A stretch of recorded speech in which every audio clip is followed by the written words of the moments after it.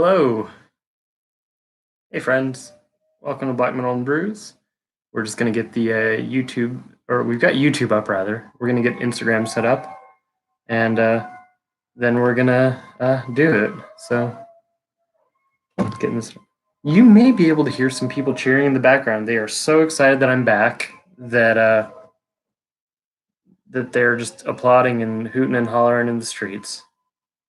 But really, we are so close to a hospital here that I think they're doing it every day at 7 p.m. now, cheering for first responders and the hospital staff. Which is, I like the sound of dead bodies a block away from me, so that's kind of crazy, but it's nice that they're cheering it on. So, boy, I'm getting a strange view here, so we're just going to tip that up a bit. And hello, all. Good to have you guys here. We are going to be, theoretically having fun. Nice to see you folks. Hi, Eugene. I like saying hi to you too. So we got a fancy glass of water here and a less fancy beer. So let's throw on a record. So today we're gonna start with classic Isis and Areograms in the Fish Tank. In the Fish Tank were a series of sessions or bands, I guess. So that's just what they do and how they operate. They're given 2 days studio time and the freedom to do whatever they like musically. In most cases, the bands that would do this would it was just one band, but in this case, they got 2 bands. And I will admit, I know nothing about Areogram, but I quite like Isis. I guess we're not supposed to say their name anymore now that there's a different context to that term, but you know, these guys were around well before it was bad to call yourself Isis. So we're gonna listen to the A side of this record because I think it's got one of the most gorgeous opening tracks I've ever heard.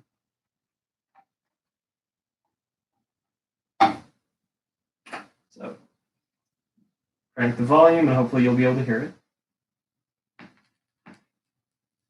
All right, so hopefully you guys have been well. Oh, I need to get a bottle opener.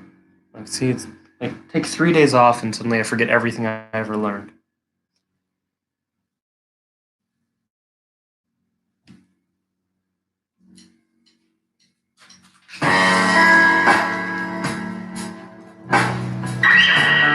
There we go. So it looks like a few people just joined after I threw the record on. We got Isaacs and Areogram. They're in the Fish Tank section. It's 2 bands collaborating. They're given 2 days to write and record music. So this is a 3-song. It's kind of an EP, kind of an LP. It's somewhere between the two because this first track is quite long, so it's almost LP length, even though it's only 3 songs. So this song is called Low Tide, and I think it is phenomenal. So, and today we are drinking Victory's Sour Monkey, Sour Tripel. I really like their Golden Monkey, and this is a sour take on it, so we'll see how it goes.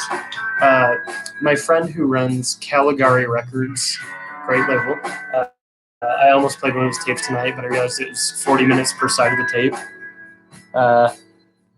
Hi, thank you for being here on 2 channels. My friend said he thought this beer was disgusting, so of course I had to try it and see if he's right or wrong. For all I know, he's very right, and I just got to expect something horrible, but we'll see.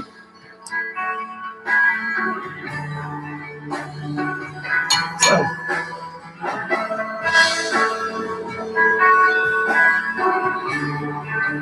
look at that. So that's a pretty clear pour. That's a very, very light, sort of kind of pale yellowish greenish almost. Ooh,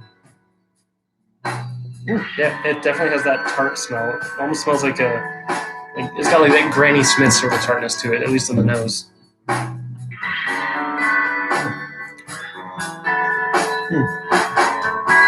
So it says, fruity notes from imported Belgian yeast swirl through a precise souring, pucker up to a bite of citrus-laden tang, ending with a delectable experience.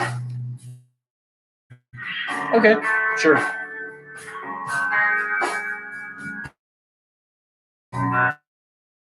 So citrusy.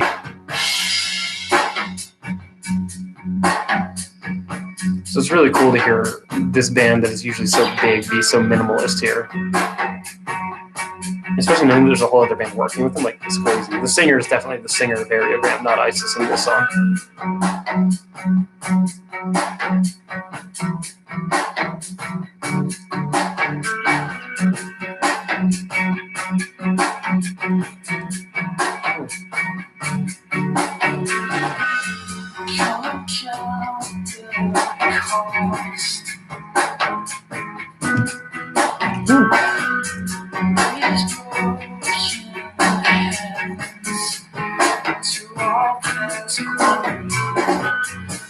Hey, Chris.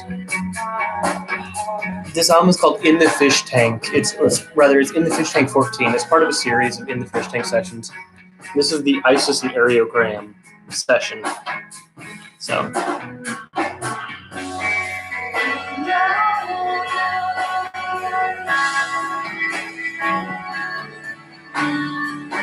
And so the beer.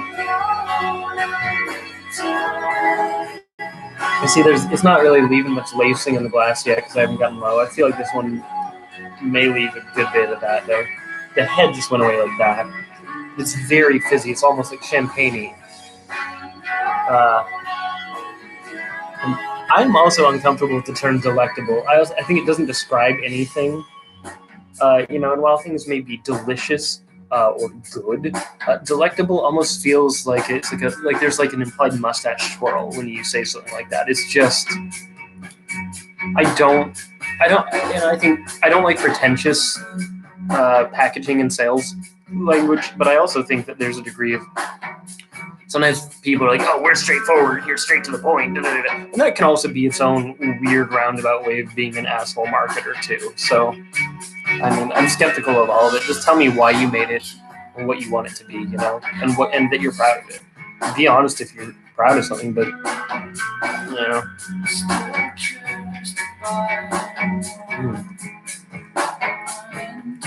So, the first sip, you get almost knowing Victory, I doubt it's chemically infused with anything. There's added spice. But there's almost a astringent sort of bitterness to it in the pucker.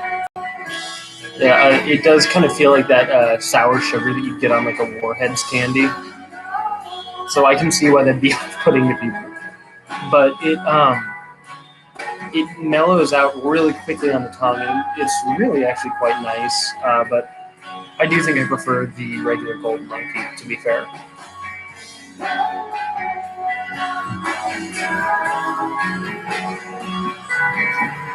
I'm trying to figure out this. I can see a little bit of orange peel sort of taste to it. Definitely more on the I've ingested part of the citrus it's less juicy and fruity and more just of that kind of that bite of citrus.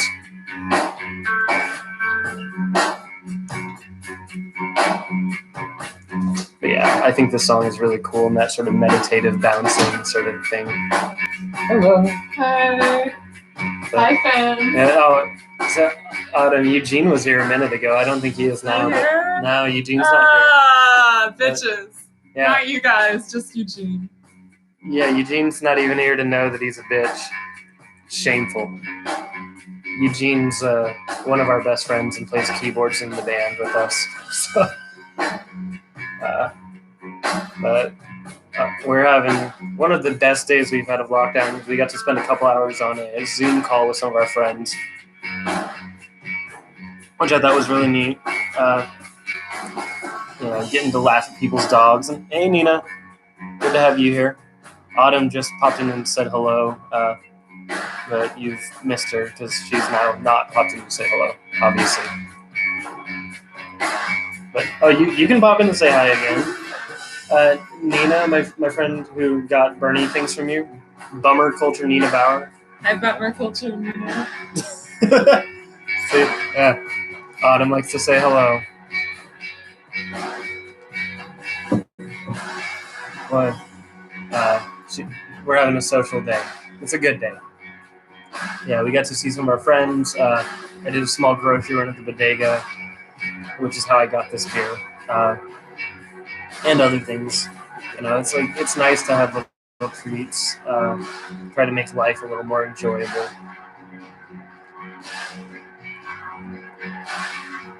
I love the way the percussion. It feels mechanical. It's like digital fragments of sound rather than a drum kit. But,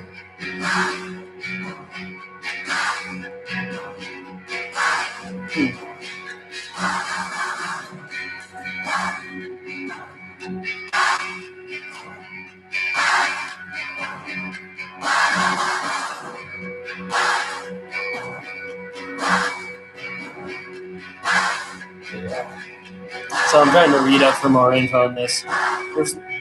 They say they expect it to be heavier. We're pleasantly surprised, and yeah, it's interesting to see the metallic edge of Isis kind of peeled back to reveal a more subtle, but still equally shimmery atmospheric take on their music.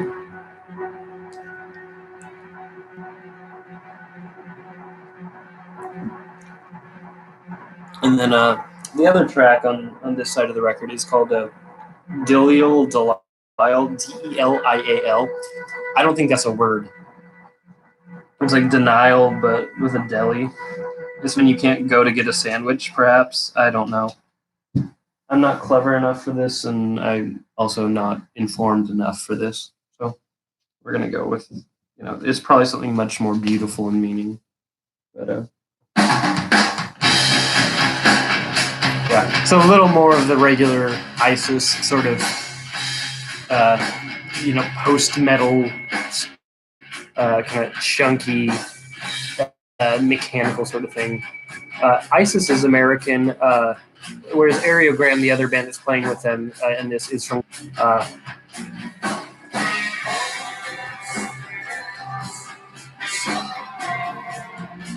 And this is definitely Aaron Turner singing. I think it's cool. You got like the one dude singing the one song, and then this guy singing on this one. I hope you guys can hear it well enough.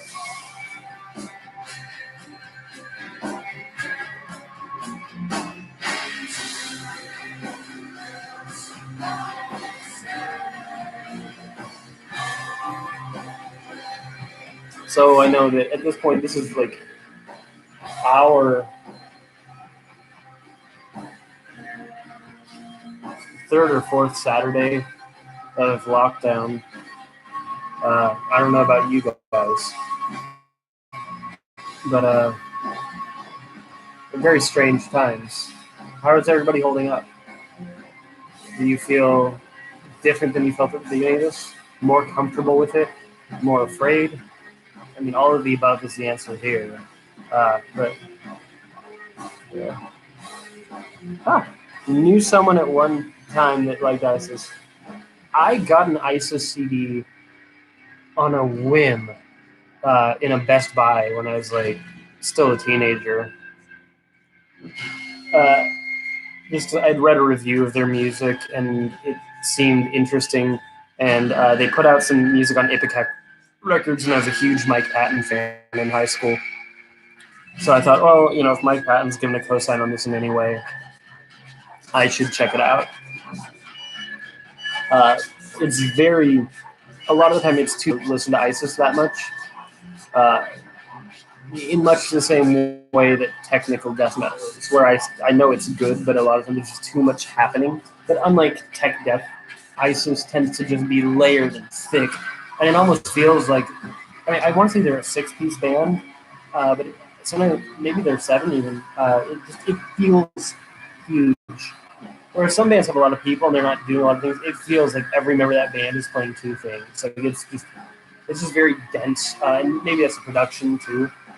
That said, it's I find very cathartic music. Your mileage may vary.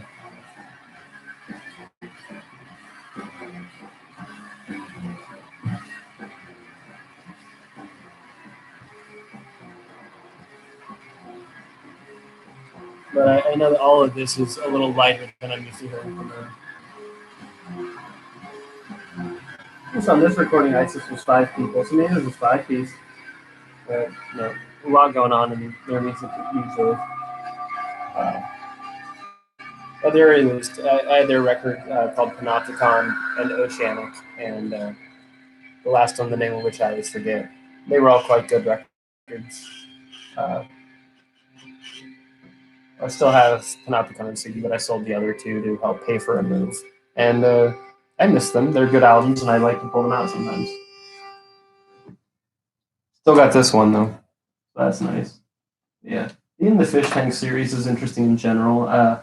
I don't know or enjoy most of the bands they worked with on it, but there's also a really fantastic one from No Means No.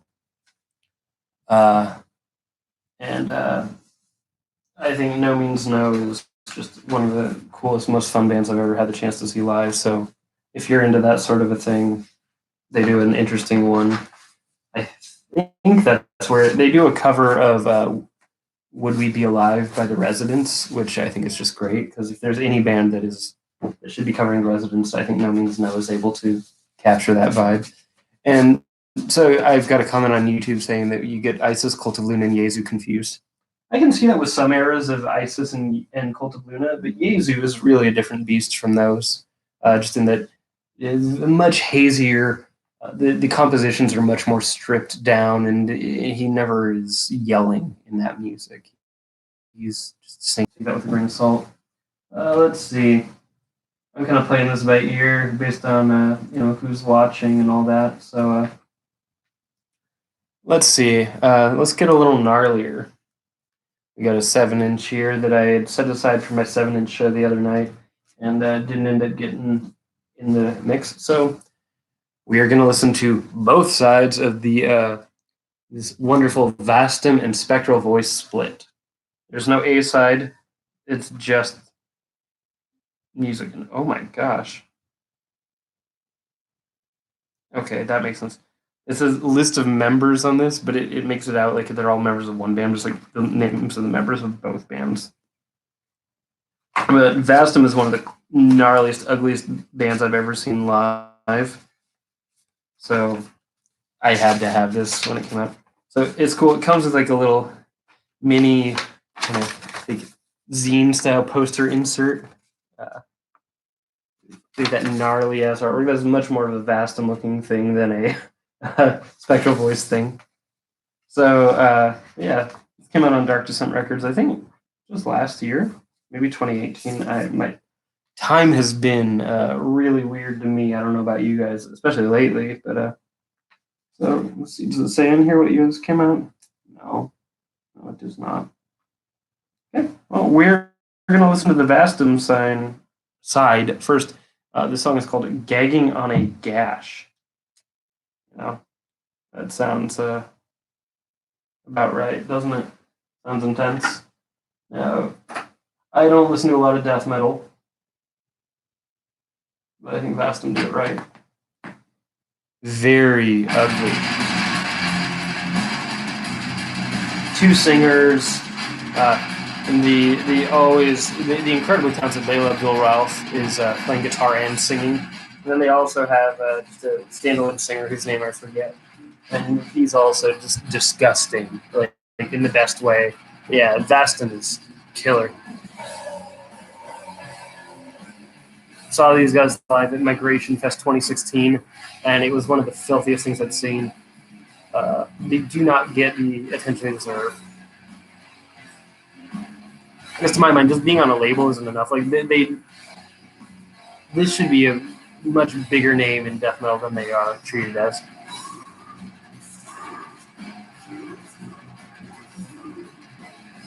Like it's disgusting live show, just a very confrontational live show, which I feel like a lot of proper death metal bands don't really put on a show, but these guys really do. They're rips.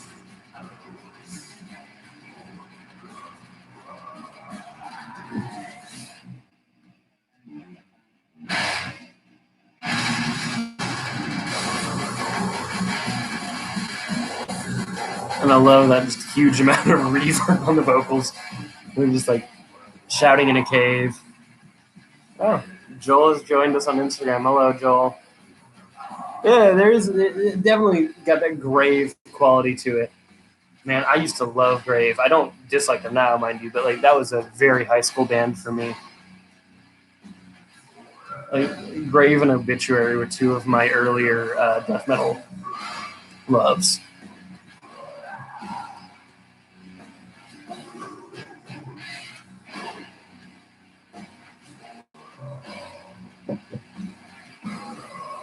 But yeah,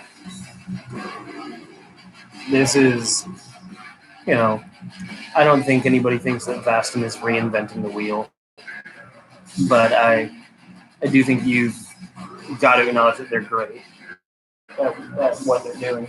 This is Vastum from their split with Spectral Voice. The song is called Gagging on a Gash.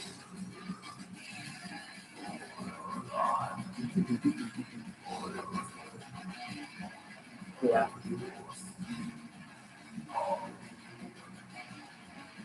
Yeah. Pretty nutty, isn't it?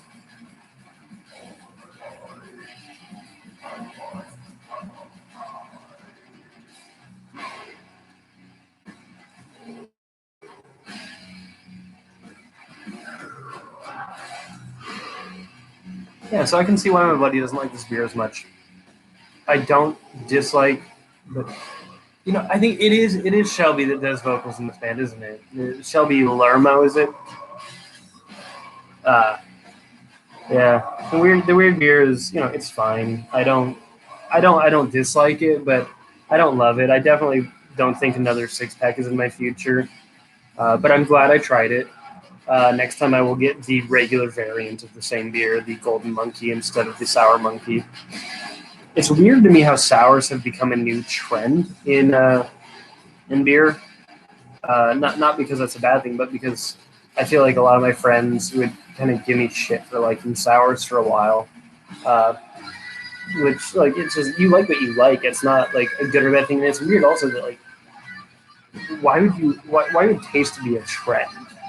I think that with music too, but especially I understand it a little more because there's communities and scenes, but like it's literally a style of beer. I can sit next to you drinking a different style of beer from you, but you're not going to be at the same show as me if you don't like the music. So I don't get that. But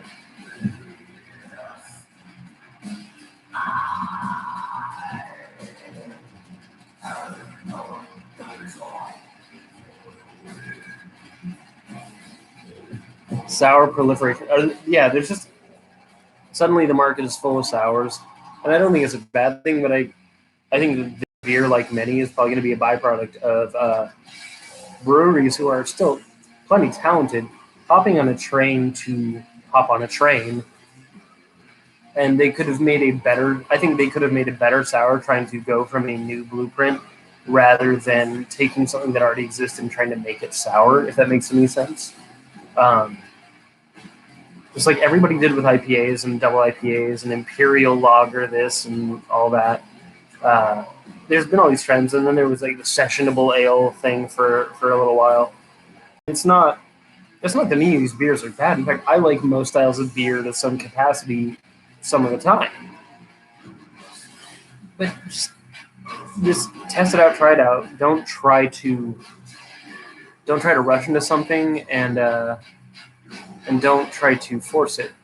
And on YouTube, hello Andy, good to have you here. But yeah, it's strange to me when a brewery decides, like, oh, double IPAs are in, we better make a double IPA.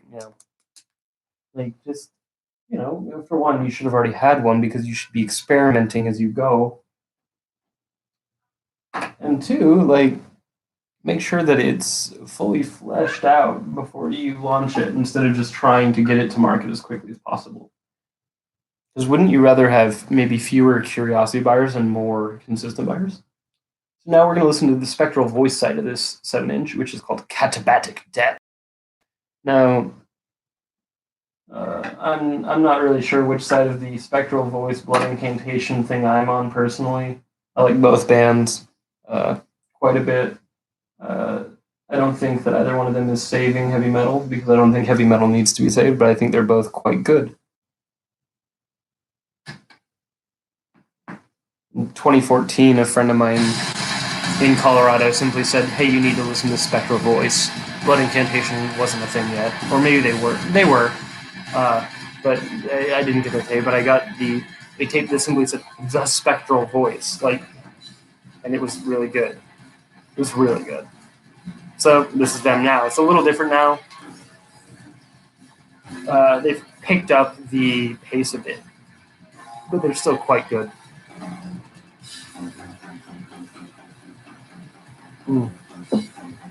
So I've got a decent amount of viewers on each of these things, at least for me. I'm used to having 2, maybe. So whether on YouTube or Instagram, if you're having a drink, I mean, it's Saturday night, you should be having a drink, unless you're sober, in which case I hope you're not having a drink. Please don't break that. What are you drinking? What are you enjoying? What is giving you joy right now? You know, tell me, converse with each other in the chat box. Like, I really hope that you guys make friends in the chat on here because, you know, these are weird times and distance is all we have between us. So let's chat. Let's make friends. I've been texting and direct messaging people way more than I ever did before this because it's like, it's nice to talk to people.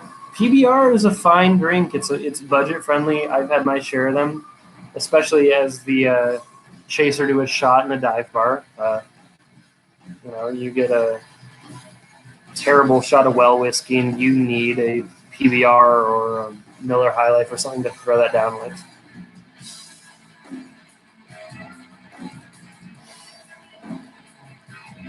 Oh, Gadkey, you're always impressing me. One of these days I'll have to try Golden Pheasant. I've never had that. And Orkney Ale, that's some good stuff. I haven't had that in a while. And coffee, man. So somebody on YouTube is saying he's got coffee, and because of sobriety. And first off, I respect that entirely. I have a parent who has almost 30 years sobriety, and that impacted me a lot growing up. And it's why I'm more of a slow sipper than a party animal at this point. So love to you. I miss coffee since I got sick last year. I haven't had coffee since like Valentine's Day of last year, and I miss coffee so bad. Not even for the caffeine, but just it tastes so good. Coffee tastes so good. I love coffee. So, you know, I mean, we're all doing without something in some ways in life. That's one I would sooner give up beer than coffee, but my body and fate didn't have that in mind for me. Okay, Muskoka was one of the first decent craft breweries to start in Canada. I'd love to see, and I spent an afternoon in Victoria, Canada, but oh boy, that's all the time I spent there, and that was spent at the Bouchard Gardens. But one day I'm going to go to Toronto because there's so many of you. I mean, half the people watching this right now I think are from Toronto. Like, Toronto is clearly my place.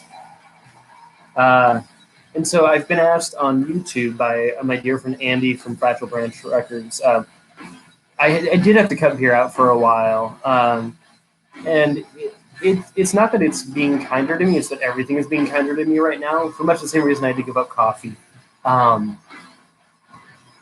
Especially, I mean, first off, 4 years ago when I first got diagnosed, I was really ill, and I cut a lot of foods out of my diet temporarily while I kind of neutralized. And that was good for a while. I was good for 2 years. And then suddenly, or 3 years actually, and then early last year, I just took a dive. I won't go into the details on here because ulcerative colitis is a hell of a disease and it does some bad things to your body. I was sick, though. I was really sick. My doctor was not taking good care of me. I thought I was dying. Even though I knew I wasn't dying, I thought I was dying. So I didn't drink beer for maybe 4 months last year. I didn't drink anything. I just had water and sometimes oat milk. But I've slowly reintroduced it over the summer last year. I'd have a drink here and there. And that's not because I should be having it so much as because I'm on really powerful drugs. that help my body handle these things. And oh gosh, our friend Christian has just joined in. I believe you're still in Utah. I think you're in Utah. Yeah, yeah. Good to have you. Got people from everywhere. We love you all too. Like it's always cool to do these and see who's in because there's so many people I really care about. Chime in. So cheers to all of you. Yeah, spectral voice, man. Really good. Yeah, that's what I thought. Utah. So for those who don't know, Christian, who just joined in on Instagram, is a great artist. In fact, I'm going to pull down this thing off my wall. You can't see it on Instagram, but if you're watching on YouTube, you can. Let's see which one. Let's take this guy down. I've got 2 framed pieces of Christian's art on my wall. So it's, and of course you got to glare because it's framed, but this is Christian is a great visual artist. He's also in a really killer band called Moray, like the eel. So, I guess I'll have to put a link to Christian's artwork so that you can all check it out and maybe purchase something to better your life. I know that my home is better with that art in it. It's one of the few pieces of home decor here that I actually contributed because my girlfriend is an artist and has a great sense of interior design, and there was no need for me to start going around and saying, "Oh, I think we need this for the apartment." Oh, and thank you. And I don't know your name, friend Blur Softly, but I appreciate that. I appreciate you being here. And so Andy on YouTube has asked if sours or wild ales are better on me, and I don't know that they are. I've always been particularly fond of those styles just for the taste. So I think the only thing that's really consistently hard on me is the IPA. And I don't know why it is, but hoppy things in general seem to not with my gut so much, as is the case with my disease, but I get headaches from them. I don't know, and heartburn. It's super weird, and I sometimes wonder if it's psychosomatic, but who knows. Now we're gonna go to a record that was Natasha, Portland. Oh man, I'm assuming you're in Portland, Oregon. I lived there for a while. It was a fine city. I like being in Brooklyn more personally, but I would love to visit Portland again at some point. Possibly I don't know how to pronounce that. Lupulin, and the hops. You might be right. So this record I got shortly before I started the Black Metal and Brews blog. It's called The Chaos Wizard Youth by Thou. Now, Thou is a band that has more records, more albums than I guess what you knew. Oh, I feel bad now. I'm trying to grasp at this, and I'll admit I was in such a dark place when I was in Portland that I was in a dark place. That's all I can say. I was not as tuned into the world around me as I should have been. So I think this one plays at 40. No, this is a 33. So we are going to listen to the B side of To the Chaos Wizard Youth because I think this is one of Dow's finest moments.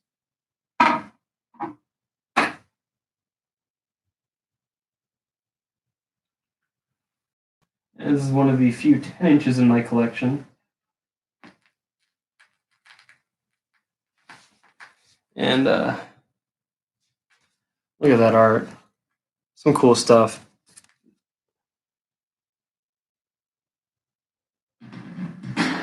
Oh man. Okay, I know exactly who you are. Yeah. Hello. Glad to have you. Yeah. That's from when I was working at Whole Foods. Wow. Yeah. Glad to have you. Truly. Because I feel like there were a lot of people in that city that I failed to connect with in any way meaningfully because I was going through so much personal trauma, and which is part of why I left, which had more to do with my life in the city, as it goes. But yeah, so I've seen Thou probably less times than most people, probably 6 or 7 times. And I think that they're better live than on record because they're just that kind of a band. And they're still great on record, don't get me wrong, but this is much more, this is the kind of kinetic stuff. Like, you can kind of even feel the building feeling in this. And you want it to just really culminate in something. Live, of course, it does because you get to feed off of the band and they feed off each other, and it's so cool. But yeah, no, and I'm always going to be kind to people when I can find it within myself, and if people are kind to me. So thank you. We've got for those on YouTube and can't see it, on Instagram we've got a very kind person who I met very casually as a cashier at Whole Foods, who I'd always talk to about music and stuff. And like a lot of things, you don't always get a chance to connect with people the way you'd like when you're in a terrible customer service position and through my checkout line. And we would just talk. I think they talked to me about Predatory Light one day or something. And Christian, maybe you even know, they had just moved to Portland from Salt Lake City. and we're so happy to be in a proper city. But yeah.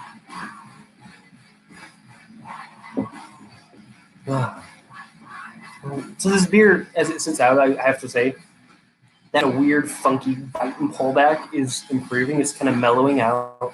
I find it much more palatable is the wrong word, because it's not unpalatable, but much more easy drinking. But yeah, this has kind of got that kind of stomping and walking sort of vibe now. I love it. It's cool.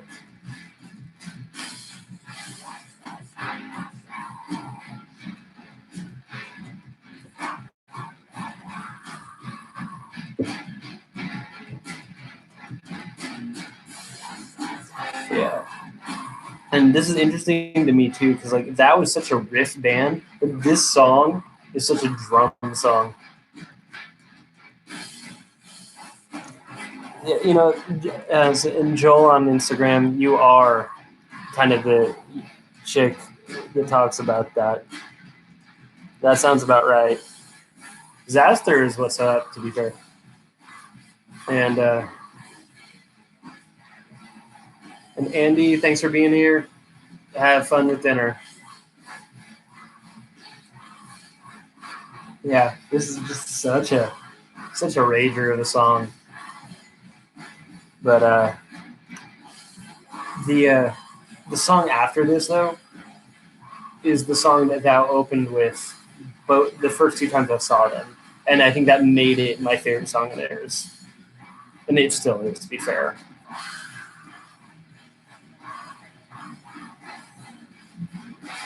I don't know what these guys tune to, but I love that chunky low sound.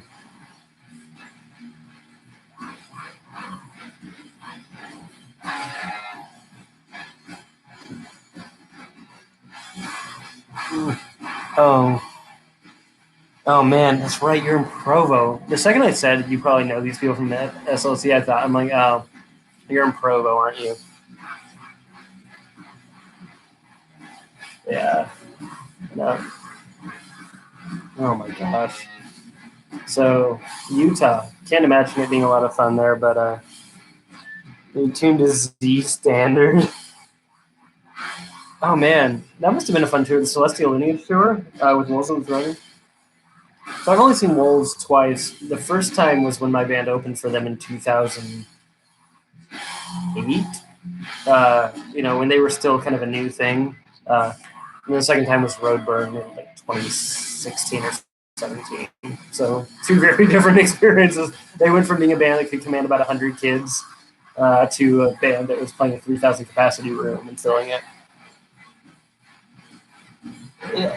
Yeah. Do we think these guys are an HM pedal band? Or H2, whatever? I have no idea. I don't know about gear at all. I play bass, and I've got a chorus pedal and a rat pedal for my bass. That's about it. Like I don't know a whole lot about guitars and tunings. Yeah, why would you get a burrito in Salt Lake City? I feel like you're kind of asking for trouble if you're getting a burrito somewhere that's not like southern or coastal. Maybe not the East Coast as much, but like West Coast, and south is about all you want to get a breathe in the U.S.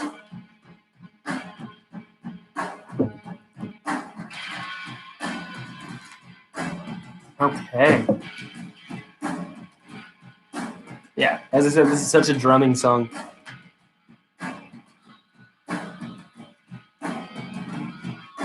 Oh, yeah, no, to be fair,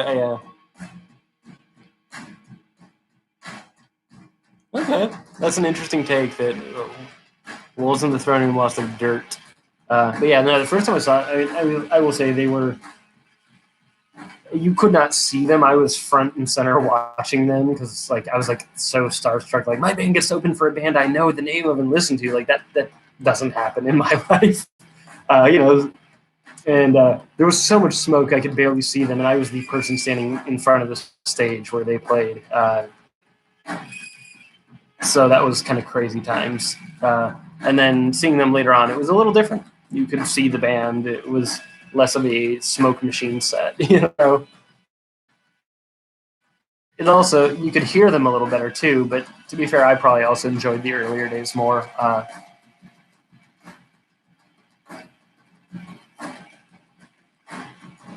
Joel, you would know about Wolves in the Throne Room's music being in a porno.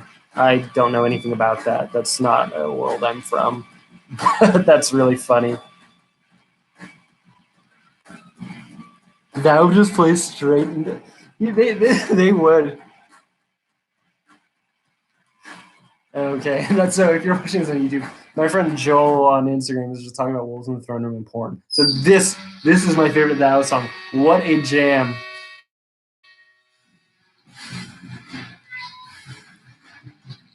This song, like the guitar here that comes out, is so good. I hope you can hear it, but this cool little lead rips out right in here.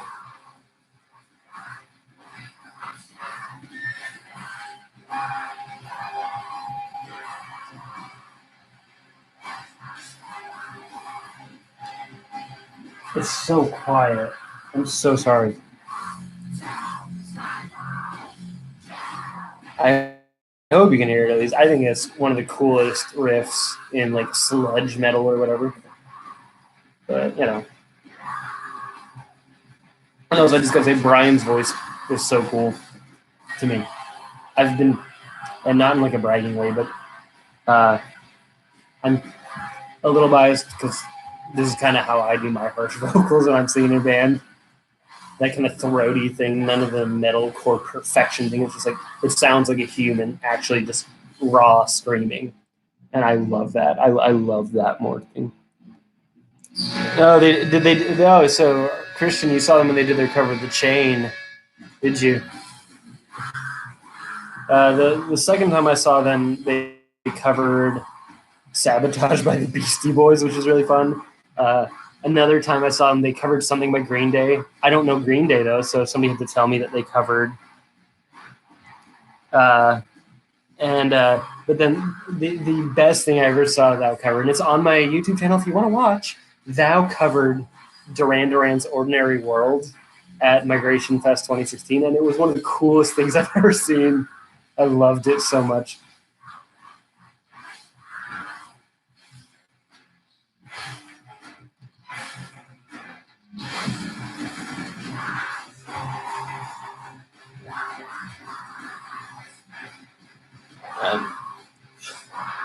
They have done more than one Nirvana cover. I've been asked if they do Nirvana cover, but yeah, my favorite Nirvana cover theirs is their rendition of "Something in the Way" from their "The Archer and the Owl" album, in which they also cover "There There" or "Down in the Hole" or "Down in the Well" or whatever it's called by Pygmy Lush.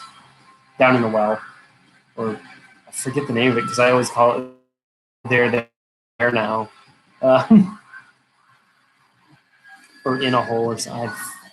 I don't know. I'm drinking beer and trying to rapid fire facts, but I'm sitting here. Look, I have like 1,000 albums in my collection or something. I'm doing the best I can.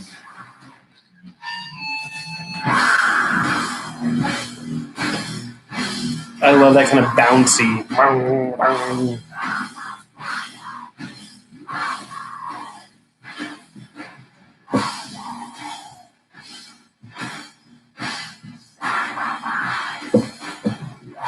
also like that you can actually tell what he's saying if you really pay attention.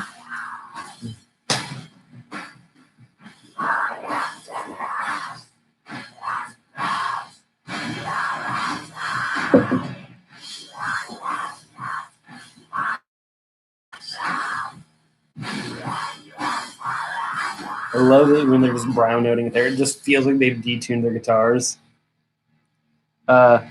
So I've been asked by Christian on Instagram if I like the new Oblity Dvorovit. And yes, I did. It was on my list of 2019's best albums, which is not so much a plug for myself, but that, I mean, you can read that if you want to. There's probably stuff on there that you like. But my point in that saying, we're going to listen to, I think the B-side. Now we're going to listen to the A-side. It's a shame because one of my favorite songs is on side A, one of them is on side B, but we're going to do side A. So going with, I don't know, is this even a noise record? Purring is a noise act. Seems to leave into other territory. And thank you. I'm glad you guys enjoyed that.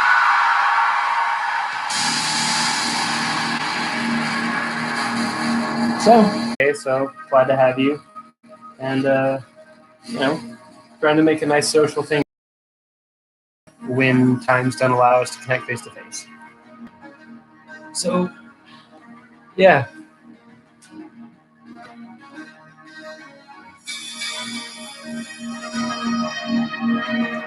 So this, I don't know if I have a favorite Prurian. I think the Times Arrow EP is probably my favorite, to be fair, just because I like the song Times Arrow so much. But I mean, I also like Cocaine Death and all of the predictable shit.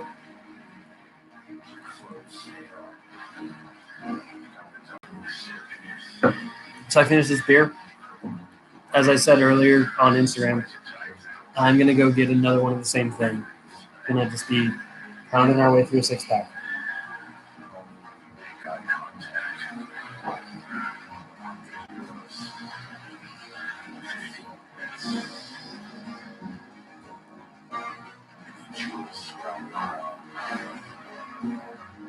All right.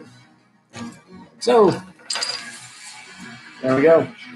More of the same. And so our friend Lucas is saying you don't know them, you're a big poser. You're not a poser. Prurian is usually a harsh noise artist. He's been doing it since like 1997 or so. But on this album, this is one of his first forays, at least under this alias, into more kind of rhythmic industrial electronic stuff. And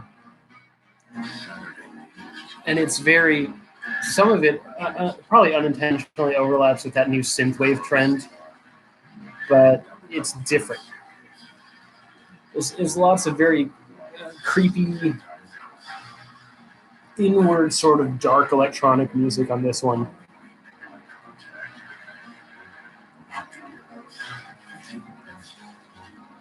I'm trying to remember. I think I got this from from one of those Real Tomato Ketchup Hydra Head Records sales that they were having a lot some years ago. And yeah, I do know Noah. Noah Gadke bought a Vomir cassette from me quite some time ago, and then we ended up following each other on the internet shortly thereafter. I do not think that this is Noah's sort of thing. To be fair, Noah's probably more committed to an aesthetic than I am. Whereas for me, I like things that are really forcefully fit into a tradition, but I also like things that break that and defy that and push into new places. I think that Noah likes pushing boundaries, don't get me wrong, but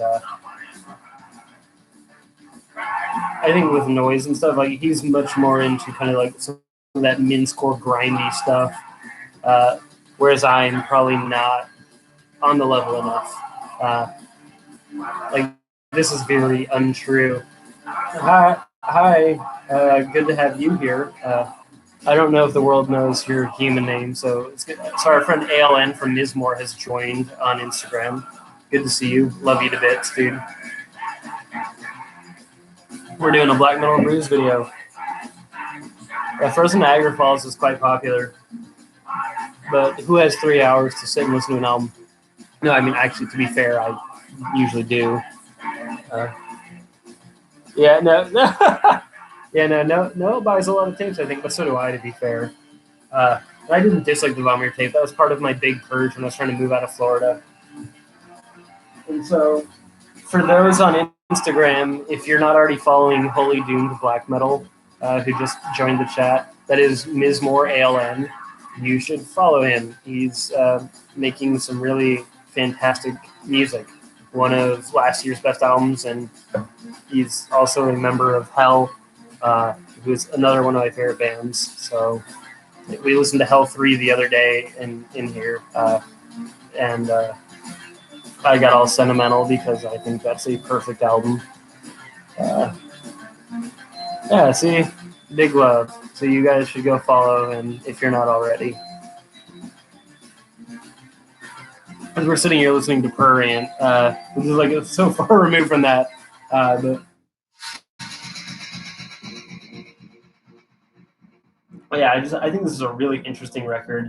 I have very vivid memories of just being, I think, maybe 4 or 5 days into a cross-country move, listening to this, driving a moving truck through. I think I was in Arizona, going towards California. Not this song, but the one after it. But just kind of having really just, I've been driving for like 12 to 18 hours a day, and just kind of connecting with this more than I should. Just kind of like losing my mind to a Prurient record while I'm driving across the country with like a small cat that is deaf screaming because it doesn't know what to do. And so, but those aren't good memories, but this is a great album.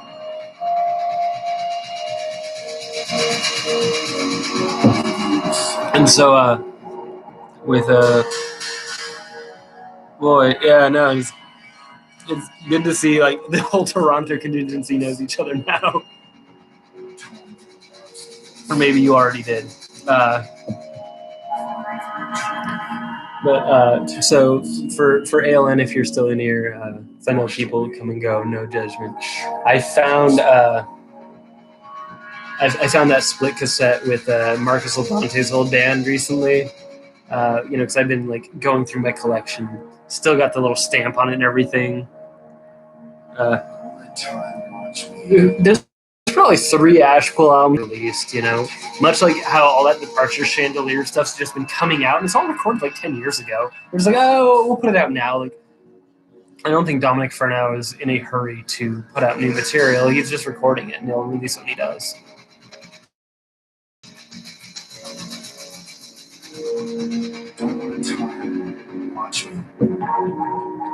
No, the tape is not still sealed. I've got the little wax seal on the tape, like on the paper packaging it came in. I definitely play my tapes. I feel like there's a group of people that probably, the Discog scalper type that definitely don't play things. But if I get something new, like sure, I'll take a picture of it, share it on the internet. At least I used to do that more. But I think it's really weird to keep something and not enjoy it. Like, that's like, like those people that buy action figures and then don't open it. It's like, first off, as an adult, I'm never going to buy an action figure, although I respect if you do. But if you buy a toy, play with it. If you buy a record or cassette, listen to it. Because to me, the artifact of it, the physical thing is an important part of the art, but so is the sound. Like, that's usually why you've purchased it. At least for me. I have a lot of very specially packaged things. I have that.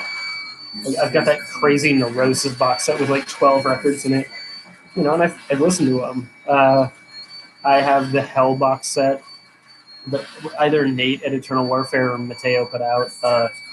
And like I've played all those things a bunch of times. Things like that. Like I realize that those are collector's items that I could, sit on for 5 years and sell for 3 or 4 times what I paid for it. But like, what's the point, man? Like, I don't care about how many dollars are in my bank account as long as I can feed myself and pay my rent. For me, it's more like I bought art to enjoy it, to engage with it. And I've sold part of my collection when it either no longer served me or when the chips were down. Uh, you know, and yeah, like I take good care of my collection. Don't get me wrong. I'm not, throwing my records like a frisbee. I want them to last as long as they can. But yeah, and so on YouTube, I've been harassed to shut up and drink more beer. It's good to see you, dude. How are you doing? And you know what? One of these days, I'm gonna pull out a collection for sure. But on YouTube, because I'm streaming from my laptop, it's hard to carry that around. So I will have to grab things and prep them. But I have so many oddly packaged tapes and records. And I feel like that's what happens if you're into black metal and stuff. It's like, I remember when I still lived in Portland and was in a larger space, I had considered getting like a curio cabinet just to put all of my weird tapes in. So like display them like the way some people have like preserved specimens. I was like, oh, I'm gonna put my antique collection in, but I was gonna do that just for tapes. But I haven't. In fact, here's one sitting right here. Let me grab a couple just to show you guys because I've been asked.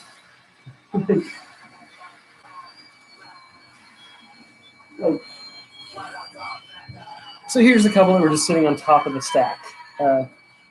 Alderglade, I believe from Australia, black metal. So it's like almost like a giant Altoids case. This Alderglade Exordium is a collection of the first two demos from Alderglade. Came with like a bunch of like plant life in it. Like I think it's like a jar of ash,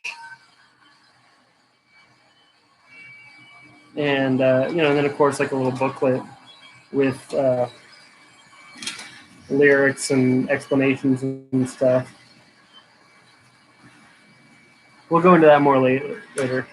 And yeah, so I too, there's certain aspects of Portland that I miss. I don't miss Portland on the whole, but I moved to Portland and then like a year later it got expensive, and then so if you're watching on Instagram, the video is about to cut out because live only lets you go for an hour. So I'm going to turn this off and turn it right back on, and then I'll show you the other tape. So I'm going to turn this off, let a few of you get back in, and then we'll show you the other tape.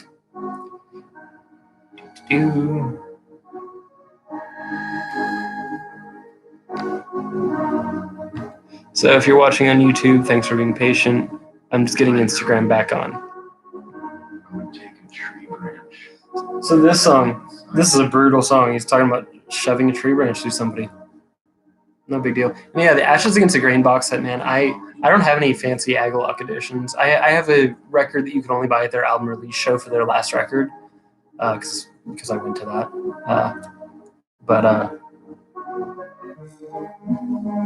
Why does it sound like I'm listening to DMX? I just saw that. Jeez. All right. Hey guys on Instagram, thanks for hopping back in. And then one more from my collection. Again, this is just pull off the top. And this is a more recent arrival, and to be fair, I haven't opened this one. This is from my friends in Death Stench. And you see, it comes with like,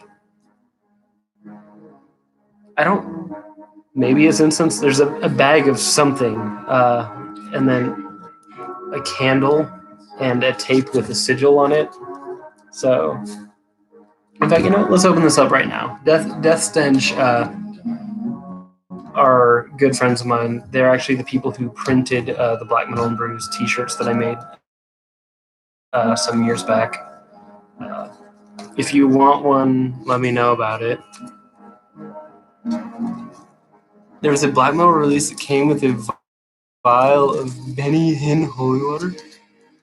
And yeah, Death Stench. It's one word, but before the band Magua was canceled, I saw them with Magua. And Death Stench does not play live much. That was a really big deal. It was great to see them. That was a hell of a night. That was at the Tonic Lounge in Portland, Oregon, which is now non-existent. It got bulldozed. So I'm trying to open this thing, and it's hard to open. Kind of cardboard packaging. Oh, boy.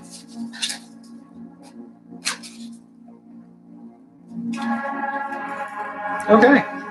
It really does not want to let me in. Oh. That's because it's not meant to open like that, I guess. Am I supposed to push this through? If I could, okay. I feel like I'm going to destroy this trying to open this up. The things I do for Instagram. Yeah, it smells like there was like wood smoke near this. So that's kind of cool and interesting, but I do wish I had an easier time opening this. Yeah, this is purring that we're listening to.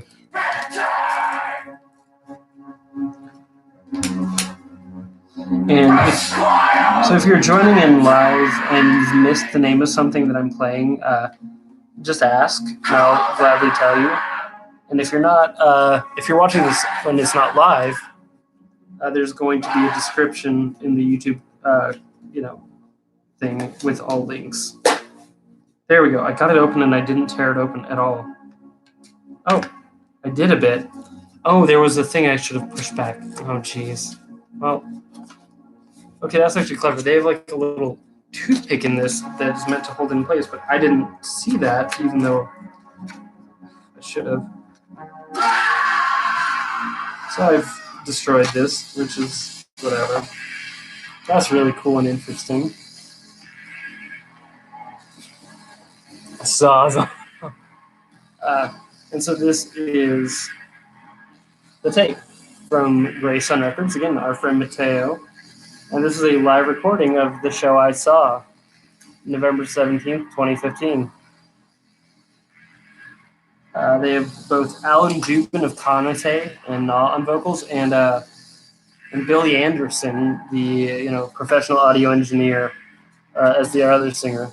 So that was a hell of a show. They're good people, and they make good music. So I'll put that on soon. Maybe not tonight, but soon.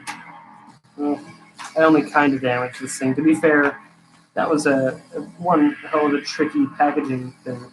Brilliant, but also I'm never going to be. You can't push that out from the inside anyway. We've repackaged it as much as we can.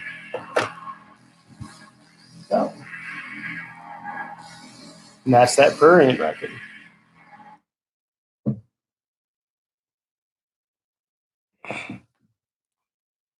Yeah, I have too many tapes in wooden boxes.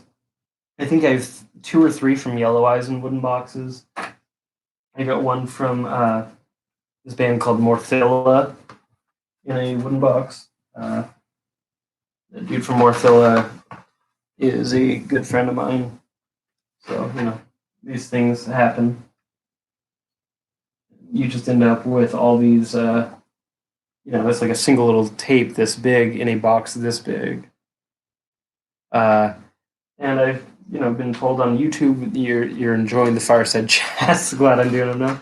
Yeah, well, it's like we're getting daily updates from the president, at least here in the U.S.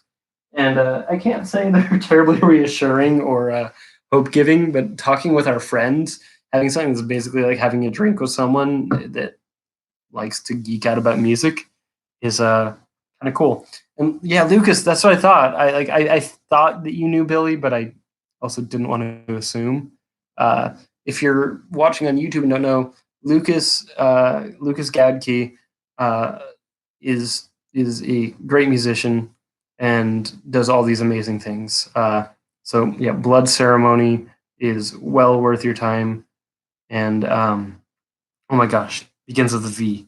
I know it, and I'm just like, to be fully transparent, I drank whiskey before I opened beers, so I'm not drunk but tipsy. And I'm totally drawing a blank because there's like 3 V band names that I'm like, oh, what's Voller.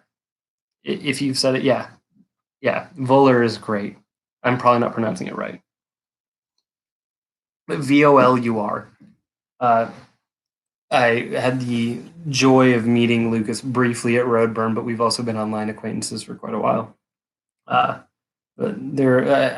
I've through geeking out about music, I've had the joy of meeting too many musicians who are really good and whose work I admire, and it's both inspiring to me as somebody who, I want to make music, but it also is kind of, and not in a bad way, but it's almost discouraging. So I'm like, oh man, I know all these people who are so talented, and there's that part of me that's like, oh, when I finally do something, people are gonna hear that and be like, oh no, dude, don't like, because I know all these people who do really good shit.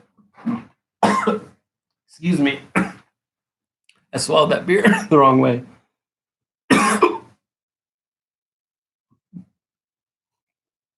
Okay, we're gonna go grab another thing to listen to real quick because I've actually exhausted tonight's supply. I had one more thing set aside, but it just didn't fit the mood tonight. So give me 3 seconds. I'm gonna grab a tape.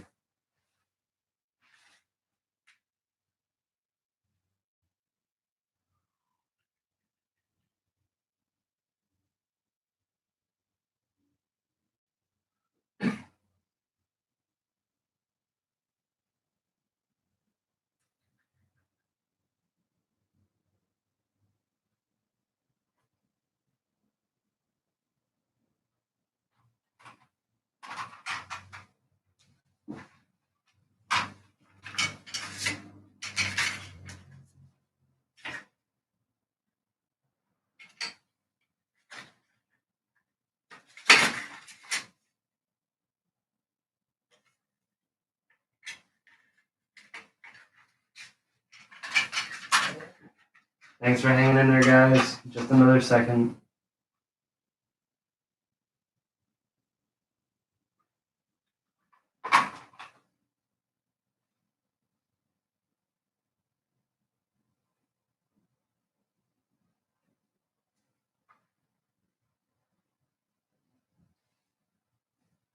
There we go.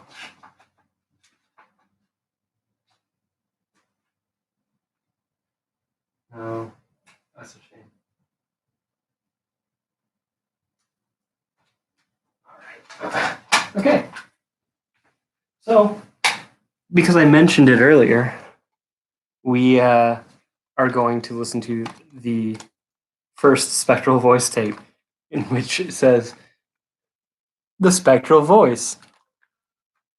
Lauren, hello, and happy birthday." Our friend Lauren just joined on Instagram, and she's 21 today. So hello, welcome, live it up. So, oh, you know what? And last time I had this, I was in the middle of listening, so we are actually not going to listen to this. I'm going to grab a record again because I can see a record quickly and put it where I need to put it. So,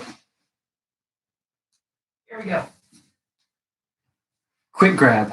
This record, I don't remember what it sounds like. And that, to me, is actually really exciting. Spectral Wound is also great. Yeah, and it's excited to have your first drink. Lauren has been friends with my girlfriend for 20 years, maybe. So, and we met. Lauren was one of the first people I met when I moved here to New York as a consequence of that. I adore you. Thank you. So this is a record that is two musicians kind of coming together to jam and collaborate. It's Kieran Hebden and Steve Reed. I think one of them is a member of Fortet, maybe. It's electronic experimental music. It's a drummer and a synthesist, basically. So we're gonna throw that on and just check it out. Briefly, towards the end of my time in Tampa, Florida, I worked at a record store while also working at I had 3 jobs for a while. I was working at a record store, working at a coffee shop, and working as a copywriter. And at the record store, I just would grab a record randomly and put it on. I was a barista there, but I also sold records because you had to do everything. And this one was just interesting to me. I don't know who other people were, So let's put on the A side of this record. This is called the Exchange Session Volume 1. So 33? I'm going to assume it plays at 33 because it's like 20 minutes of music on it. So let's give that a go.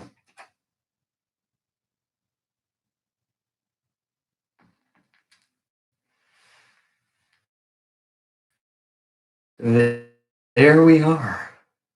So I know that it's experimental electronic. Beyond that, I really don't remember it. But I think it's on and thinking, well, that's fascinating. It's kind of like free jazz, if I recall. Free jazz, like. So and there is a huge amount of text on the record, what it is. But I mean, like literally a very long time, like so badly.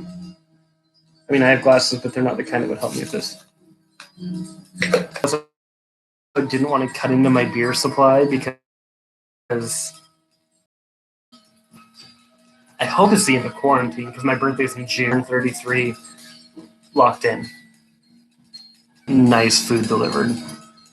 If food delivery even still exists. I made this bottle of scotch last for 2 years because I forgot I had it for a while, to be fair. You know, and also because I actually got it as a gift for Autumn, and then she said she didn't like it, which, fair. This was not a cheap bottle of whiskey, so I've been very, not on my income at least. I don't think it's expensive if you're a whiskey buyer. But for me, I've never made more than $20 an hour in my life. And I know in some places that sounds like a lot, but here in New York City, that's really not a lot of money. So I've been savoring it, and every now and then I'll pull it out. But I got like a more affordable bottle of vodka that's usually my daily sip if I'm having something and it's not beer time. But, yeah. And we've had a lot of people just pop in on YouTube lately. Oh, boy. Oh, I just had a lot come in and then a lot go. Oh, sorry. But we're listening to Kieran Hebden and Steve Reeves' Exchange Session Volume 1. And this song is called The Morning Prayer. Pretty weird, isn't it? It sounds like a computer and a drum kit getting into an argument.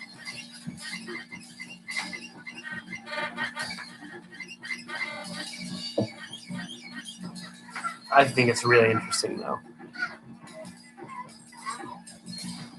I can't believe also that I got away with like putting this on. Like, and I know that record stores have more of a freedom for letting you put on weird music, but still, like, I remember putting on Aaron Dillaway records when I was working there.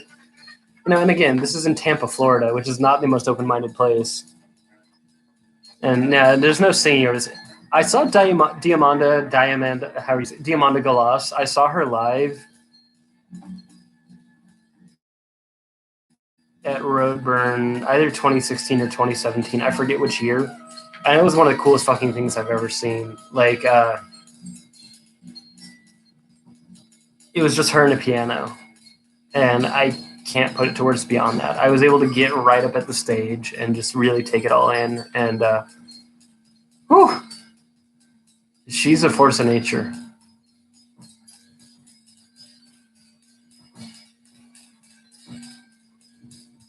But I'll say, like about her, just as I'd say about this, I think you do have to have something of a musical mind, and not like, oh, you're better. It's not like some galaxy brain thing, but like, I can see why it is considered unenjoyable.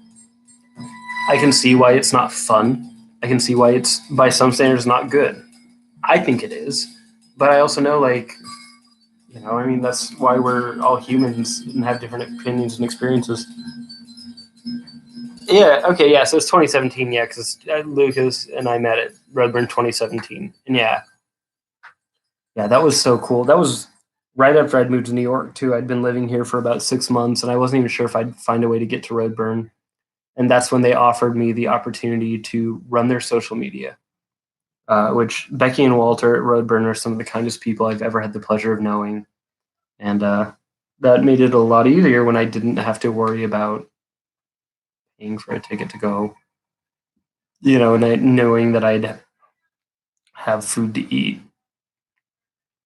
Also, my friend Thomas let me stay in his apartment in Tilburg, which helped quite a bit.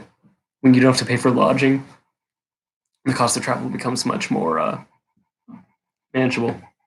Because I was working at a coffee shop at that point, so it's not like I had a lot of money. I still don't. I'm on disability. I have no money at all. But that's all of us now that we're living in a pandemic. It looks like I've got about 5 people watching between the 2 platforms I'm on.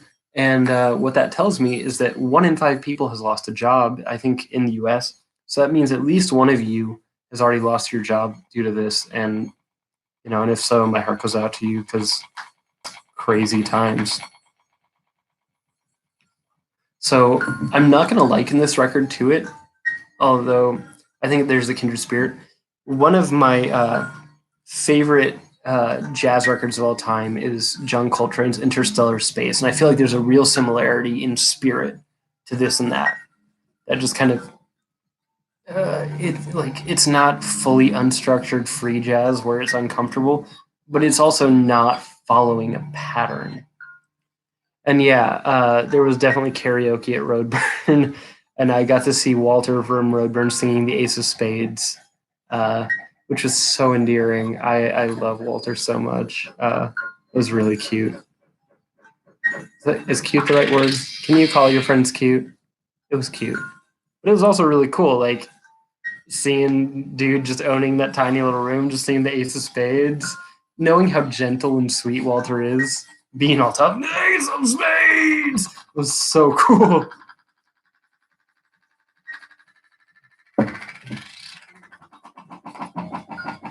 I think that may have also been the same Roadburn. Trying to think. The gears are spinning. I'm trying to remember all the things. I just got a low battery alert on my phone, whatever. Yeah. Yeah, that's right. I met Alan Averill from Primordial.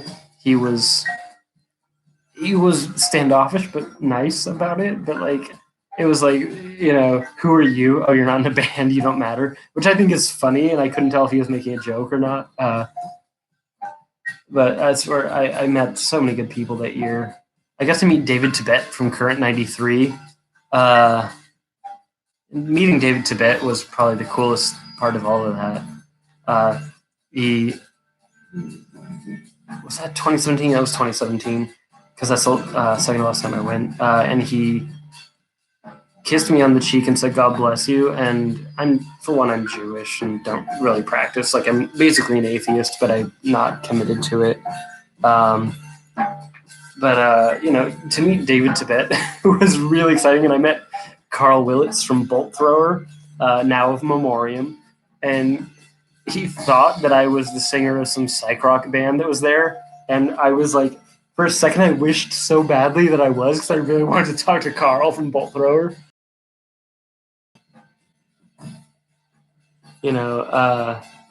Oh man, it was a really special time. And I think my friend Becky was DJing one of the after parties one night and played Buffalo Stance by Nanette Cherry. And I got way too excited. And so every year since then, I've been trying to convince Roadburn to book Nanette Cherry to play music. I don't think that'll ever happen, but that's my goal, is to get that. So if you ever see Roadburn and somehow we're here in Buffalo Stance, I'd like to think I have something to do with that. That was 2017 was a really good year. 2016 too, but 2017. I think 2017 is the time I finally saw Ulver after listening to them for like 20 years. Got to see David Tibet singing his stuff. God, there were so many great bands that year. Every year. That's why Roadburn is great. Get postponed this year till next year, and it's going to be great. I hope I can go. I missed last year's Roadburn because I was in the hospital. And I was going to miss this year's for pretty close to it. because I'm still not well. Like, I can be here in my home, but going out is a whole other thing. But yeah, Buffalo Stance sucker. But yeah, no. Hearing Buffalo Stance at like a metal festival and like in one of the DJ parties, like that just filled my heart with joy. It was like one of the funniest things. I've got some friends trying to convince Roadburn to let me DJ, and I'm just gonna play nothing but like Saucell in the Human League.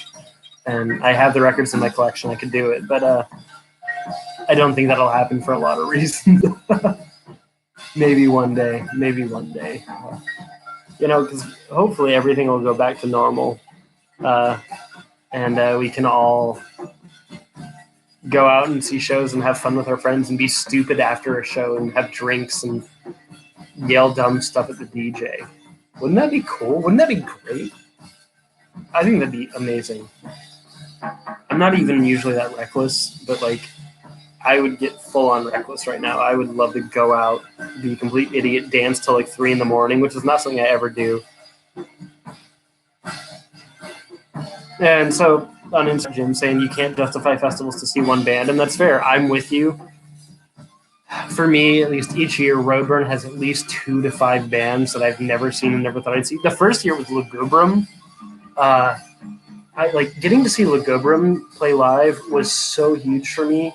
And I also saw Neurosis for the first time at that. There were a lot of bands. I mean, all the Icelandic black metal bands. It was my first time seeing Mistyrming, Nadra, Grafir. There's one more. Don't remember the name. But seeing all those bands so cool. Was there sax when I saw Lugubrum? There is trumpet. He plays the trumpet in Lugubrum, which is that was one of the coolest things I've ever seen. And it was in this small venue. I mean, we're talking maybe 100 capacity room. And because they were playing at the same time as Neurosis one of the nights, the Ulfsmessa was unreal. I forget if that was the first or the second time. I think that was the second Roadburn. That was 2017. Because they had the Icelandic bands 3 years in a row. 2016 was just them playing, and I think 2017 was when they had the Ulfsmessa. Either way, those were all insane. But yeah, no, Lugubrum blew my mind. I got to see the Poison Glass, which was a short-lived project from dudes from Burning Witch, but it's more kind of free, kind of spacey noise. Oh my god. Yeah, and Shrine played that year in 2017. No, Roadburn is just a great time. I miss Roadburn.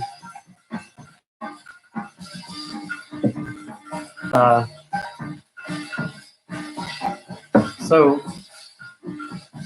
this music is ridiculous. This is like very loose, and I like it because I'm feeling loose. That said, I've been going for almost an hour and a half, and I haven't eaten dinner. It's 8:30 p.m. here, so soon I'm gonna have to do that. But I'm so glad to have you all here too. Like, I'm really enjoying this. Like, we're having such a good time. At least I am. It seems that you are because you haven't left yet. So we're definitely gonna do more. I'm gonna do this again tomorrow, probably the same time. Because I thought I was gonna go 2 weeks without doing these videos. And so I started doing live streams of video games, and now I've got people committed to that. So tomorrow at 5 p.m. I'm going to do a video game thing, and then at 7 p.m. again, I'm going to do this. So if you're into it, I'm into it. We're going to make it happen. So thank you for being here. Tomorrow morning, I'm going to put a post up on my Patreon. You don't have to pay to see it, but if you are still working a job and have $1 or $2 to throw my way, I won't say no, but it's just there. It's patreon.com/black metal and brews. And I'm going to see you guys all tomorrow, I hope. We're going to listen to more weird music, and I'm going to try and keep this rolling. I miss getting together with my friends and being ignorant in a bar. So this is the closest we can get right now, right? We're having a good time. At least I am. Thank you for being here. I'm Ben. You're you. This has been Black Melon Brews. I hope you have a great night from here on out. It's Saturday. Stay up a little while. Thanks for being here, guys.